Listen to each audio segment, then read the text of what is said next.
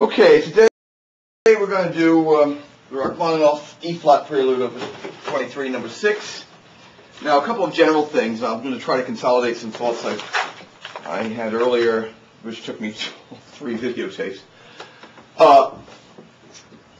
The entire piece takes place in the context of pianissimo. Pianissimo. It is not something Sturm und Drang, in some kind of Soviet. How often have we heard that kind of thing? Nonsense. The left-hand figure is pianissimo. It is off stage from the beginning. Quiet. With many little pedals. Many little pedals. Many tiny, almost imperceptible changes, or half changes of pedal. Have a very active foot. A very active foot. And no crescendo, no. Quiet. Now, when the right hand comes in, it emerges from the silence that precedes it, which means that we have to, as I say, sink into the sand. It's an approach. It doesn't just begin like some kind of like a brick falling onto the keyboard. No, you have to take the shape from the silence and then arrive on the tonic chord on bar 2. Arrive. Take the B flat on the first 16th of beat 3 in bar 2. Take this B flat with the right hand. It should be a bit more prominent and allowed to extend and to sustain over the next 2 beats. It really hovers. That pitch is an important pitch. That dominant B flat must hover above the rest. Listen.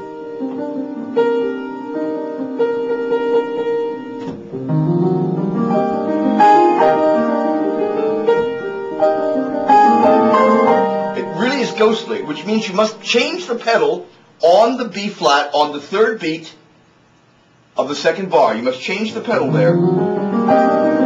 Arrive, change the pedal. Arrive again, because this time the tonic is delayed. There's a prolongation of the dominant harmonies that precede it, and the arrival of the tonic in the 3rd beat, third bar is delayed by a whole beat. So. Now, I'm just going to say a word, not too much about fingering this time, but I will say that it's very important in bar 3, in the 2nd beat, to use 1, 2, 3, 1, and then 2, 5. It's much smoother. 1, 2, 3, and then thumb on the C natural, and then on the open 5th, 2 and 5. Arrive again. Again, we have the tonic with the 7th inside it. So that D flat's rather important. Yes, but in general, do not create accents over the bar. If anything, back away. These are 4-bar phrases. You can arrive, you can approach, you can insert, but do not make a big accent. Do not come down like a brick wall. Things are still moving. Keep it moving in the left hand, which is melodic.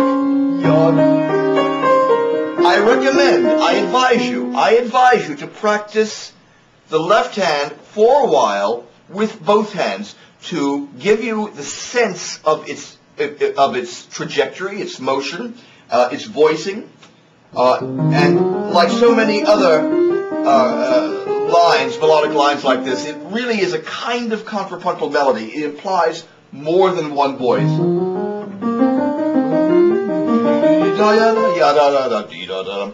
It implies a kind of dialogue within the context of the single voice. But remember, we start the right hand from the silence. Pull it out of the air.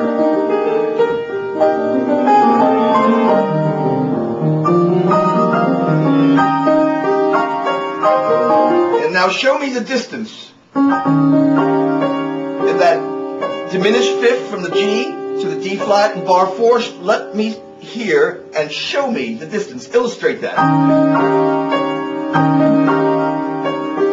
Lovely. And that D flat is such an important, that seventh within the chord. It's so unusual. It's so expressive. And again, in the second beat, don't swallow the F natural. Even though it's at the end of the slur, don't swallow it. Let's hear it, shall we? And similarly, the other notes on the third beat. Don't die too fast. Do not do this. No, we want to hear all the notes, but quietly and legato.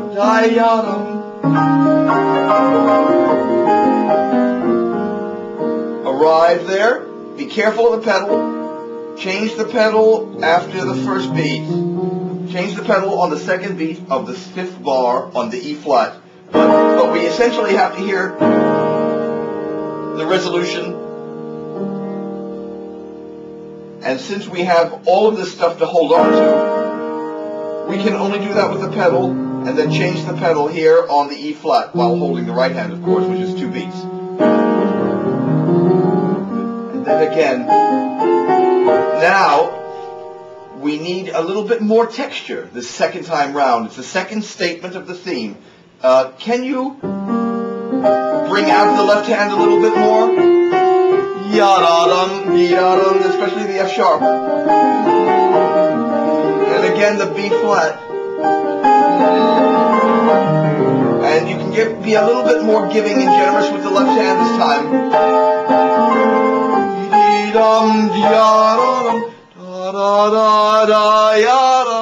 You see, it's a kind of a lengthening rather than an accent. It's a kind of a enrichment, a lengthening, an affective inflection. But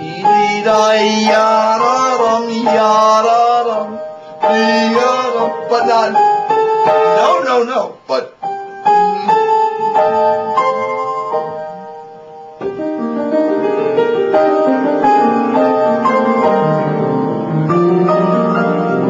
now, that's very important. Excuse me. And your pedaling here is very important too, because you have to pedal just syncopated pedaling across, and then let it go just after the third beat. That's in 2, 4, 6, bar 7. So just smudge a little bit, all right, and then let it go. And now let me hear those leading tones. Lead me up there with the D natural, okay?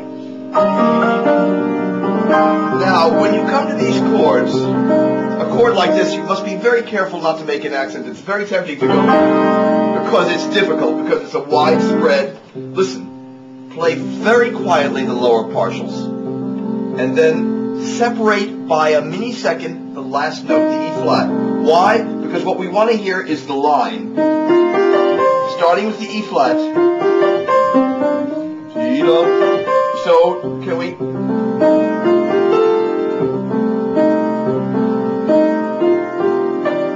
can either take the E flat with the third finger, and then play 3, 2, 1, and then switch to 3 in the G, and then 1 on the D. Or you can just play the thumb, but the point is to hear the line.